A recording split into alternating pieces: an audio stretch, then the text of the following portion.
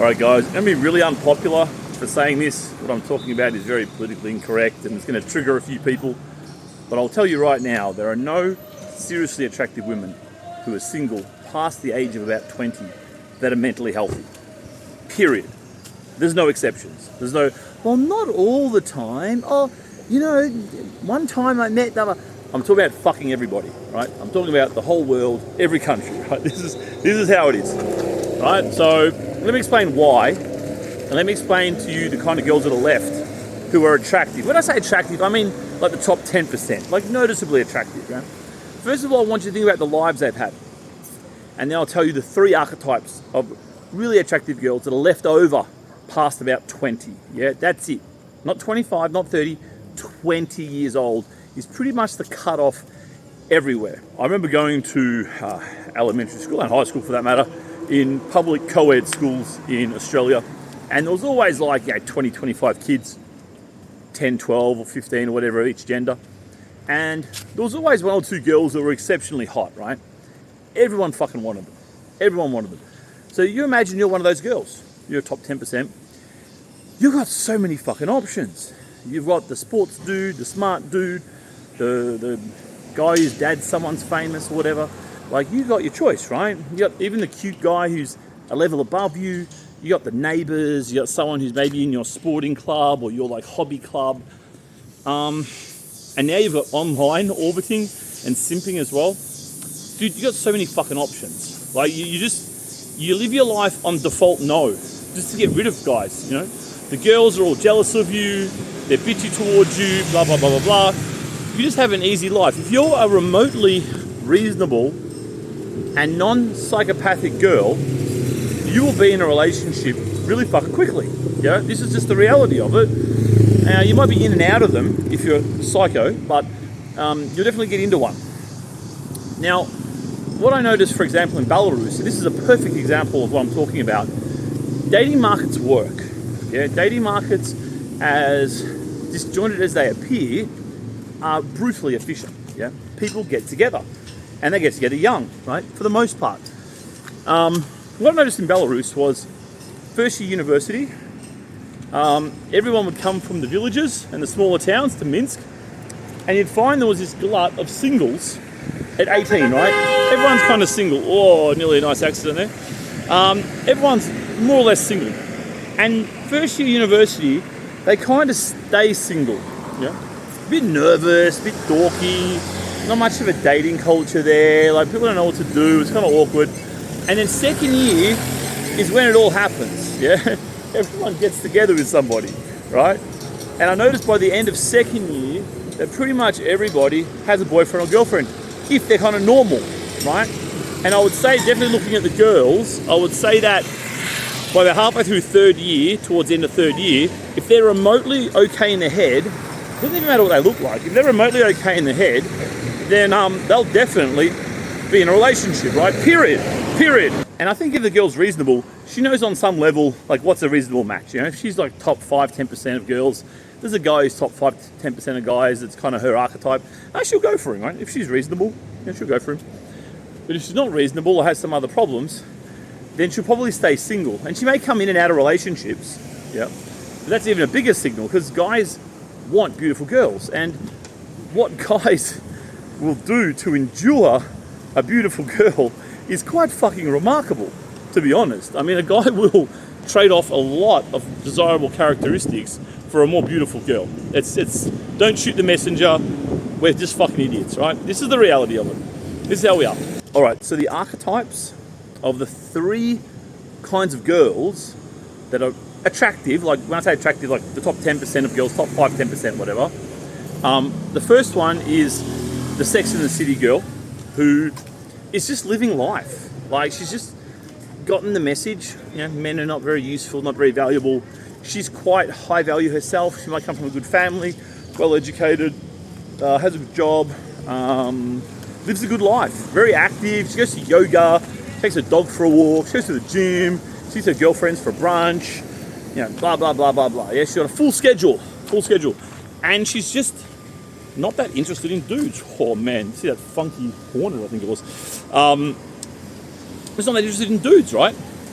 And she stays single for so long. And unless she can get a guy who is just so fucking far above her level, then she's just not going to settle. And she's probably been banged by a few like giga chads, you know, in her time. And the guy that goes for the low hanging fruit for him, which is her. And now she kind of believes this is Paraguay. Oh, fuck me. There's a lot of accidents here, right? As you can probably tell, because you've heard so many beeps already just walking down the side street here. It's a wonder there's not more, honestly. It's just hilarious. And also this girl, like, she's actually very social. She's very likable, she's very engaging, but she's just not that interested in men and the men at her level. She only wants the absolute elite men, if anything, and these men don't want to trade down so much. If you're a top 1% guy, you don't want to take a girl who's like in the 20th percentile. Why should you trade down so much? But that's the girl's mentality, right? So she stays single. And there's a fucking lot of these girls around. I'm surprised at how many there are in capital cities everywhere, right? That's archetype number 1. So I guess they're just hypergamous, living life, Miss Independent, Sex in the City kind of girl, right? The second one is very common in the Slavic world. And this is the mercantile, materialistic girl, right? Kind of, I guess you would have called her a gold digger back in the day. She invests a lot in her physical appearance.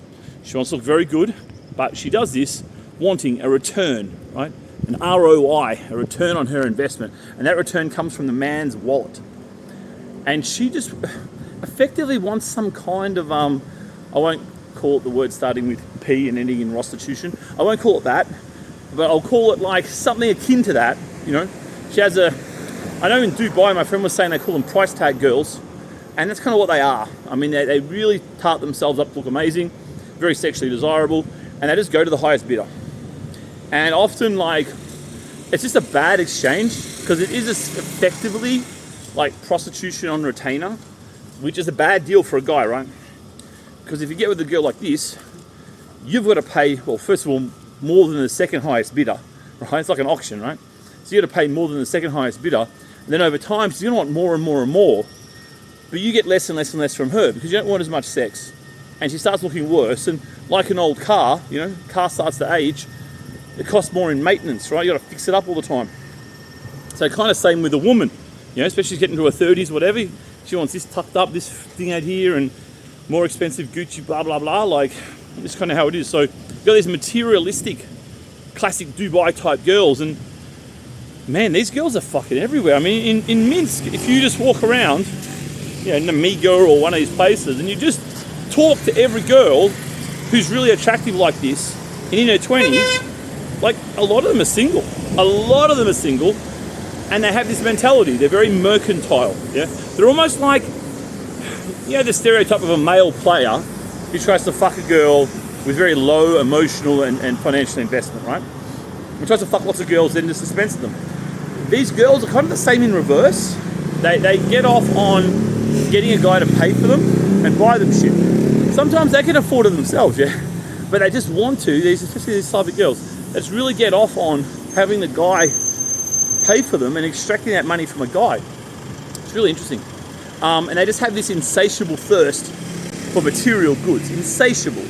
They just want the expensive designer, you know, from the bag to the car to the condo to the whatever, and they want it all on Instagram, obviously. This is number 2, and again, this is very popular in the Slavic world. Let's get across here. We've got a green man, and you'll come across them all the fucking time in places like Moscow and places like Minsk. You meet these girls all the fucking time. And finally, the third archetype is the psycho. The psycho. She's emotionally erratic, crazy, unstable, unreasonable, up and down like a fucking yo-yo. Just a psychopathic, yeah? Psychopathic. She never, I know because she's so hot, no one's ever put her in her place, never had to negotiate. She's just not a reasonable person. Just not a well-adjusted person, yeah? And I'll give you an example from my own life. Now look, I don't talk about my personal relationship status too often, right? I don't really talk about it. But I'll tell you that I was very close to a relationship when I was in Malaysia. And I met a girl there, stunningly beautiful woman. My fucking God. From Algeria, right? From Algeria. And for me, in terms of a lifetime, wife, family, whatever, for me, the woman needs to be fairly young because I'd still like to have quite a few children, right? And I want them to be healthy and get pregnant pretty easy, pretty fast. And I don't buy this, BBC Guardian propaganda that women can have children at 100, right? And then they're better off and whatever. I don't buy this shit at all. I think the girl needs to be younger, right? That's what I want. Now, but I'll go to 32. Right? That's my hard limit. And at 32, because she's kind of, fertility-wise, getting up there, I'd expect almost perfection in every way. You know what I mean? Which is totally unreasonable, but that's kind of what it is. To get to 32, she'd have to be stunningly beautiful. She'd have to be, in the top kind of 1%, 2%, something like this, right? That's what she need to be. She need to be entirely reasonable, very engaging, smart, very motherly, blah, all this shit is not realistic. But that's what it would take to convince me to go with a girl at that age. That's the trade-off, right? Just trying to trade it off. Because for me, the ages are, it's kind of important, right? For any man who wants to have a family, age is probably the first non-negotiable, really. So anyway, she's 32, and I look, you know what? This is cool, because I just want to be reasonable, right? So, okay, look, she's really beautiful. She wants to have a family really quickly. This is the kind of girl that, if we got along, I could just marry her in, 6 months, something like that. Put it to the sword, see how it goes. So I met her, and because she's from Algeria, she had this Islamic upbringing, but she's kind of defected, right? But she still has this kind of straightforward way of dealing with this stuff, right? Almost like our own arranged marriage. So the first time we met, for a date or whatever, we discussed plans, and I told her, this is my plan. If you want to come along for this plan, you can come. This is what I believe, this is what I think, this is what I've done, this is me, and if you want to join in on that, here's your ticket, potentially, right? So we had a date for 5-6 hours, which I think I'm quite a perceptive person, and I think that I can tell a lot from that time, and I'm thinking, you know what, this can work. This can work. Let's be open to this, and look, I've got 3 more weeks in Malaysia where I was.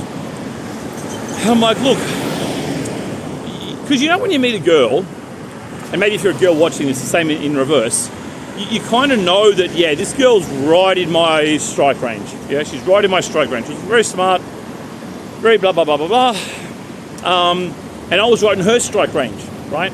So we're in each other's strike range, so we're both really fucking keen.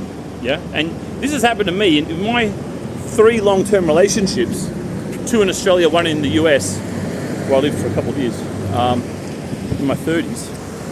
That happened with both of those 3 girls, the same thing. We kind of rated each other highly from the start and took each other seriously from the start, and it kind of evolved, I wouldn't say that quickly, but we're kind of on a path fairly early on. It wasn't like, I just fuck for a while and see what happens. It was more like, I can see this is a girl who's really good, who's really suitable for me, and they saw the same in me, and then we just kind of took it seriously, more or less from the start, right? So anyway, so this girl, I said to her, look, I'm here for 3 more weeks. We're adults, we both know what we're looking for. You can see that we're kind of, suitable, right? This is what it seems to me. So let's put this to the sword, right? She was working for a company online, and she had to work, I think it was 1 o'clock in the afternoon and 10 in the evening or some shit like that. Something like that. So I said, all right, let's put this to the sword. We're going to meet every day. We're going to meet every day, right? Until I leave. Unless we hate each other, then we just stop meeting. We're going to meet every day, right? And I'm not going to fuck you for a week. Yep. So, because you start fucking, especially a girl like that, and she's extremely sexually inexperienced, once she starts feeling that cock and, used properly for the first time, she's going to really fucking bond, right? And I don't want that, because I'm not sure about her yet, right? And even with me, if I start fucking her, then we're just going to fuck all the time, right? Because she's so hot. So I'm like, I'm not going to fuck you for at least a week. That's what I said, right? And that's it. And I didn't. But we're going to see each other every day. So I caught the train to near her apartment, and we just went to shopping centres. This is Kuala Lumpur, right? Not much going on there, yeah? So you kind of go to shopping centres, and you just go to a cafe, or do a bit of shopping together, or went to the gym a few times together. I just thought I had to lift a little bit. Went for a swim, just whatever. And look, I could see some faults coming through, but I'm like, fuck, mate, be realistic, yeah? So, all right. And then one day the crazy came out. Oh my fucking God. Because I like women, to be honest. I like women. I'm not a hater. When I look back at my 3 long-term relationships, I like them all. You know what I mean? If I was in the same country as them, I'd still be friends with them.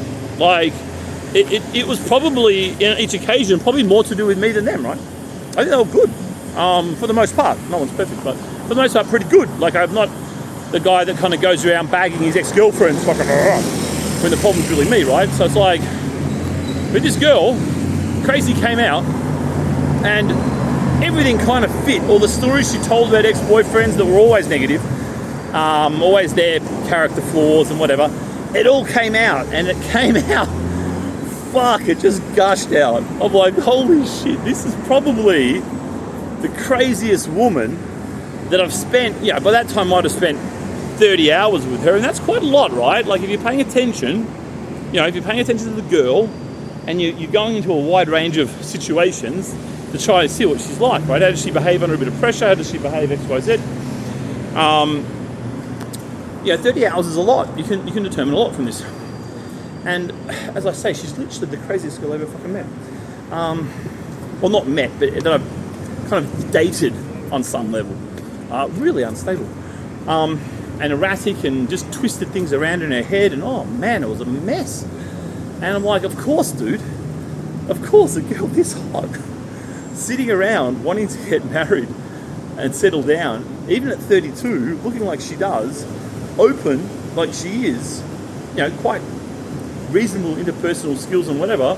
Of course, if she's single and has been for some time, of course you fuckhead. Of course she's nuts. Like, it's just obvious, But that's an anecdote of mine. But as I say, look, to tie up, this age thing, it's really a thing. Like, you can still find decent girls. You can still find good-looking girls that have these traits. You can find girls that aren't as good-looking, that are decent. They're around after that age. But if you want a top-notch attractive girl, they're going to come in those 3 earlier flavors, right? They're going to be Sex and the City girl, who's really hypergamous. It's going to be the materialistic mercantile girl, or it's going to be the fucking psychopath. That's it. They only come in 3 flavors. So keep that in mind. I'd love to hear your thoughts.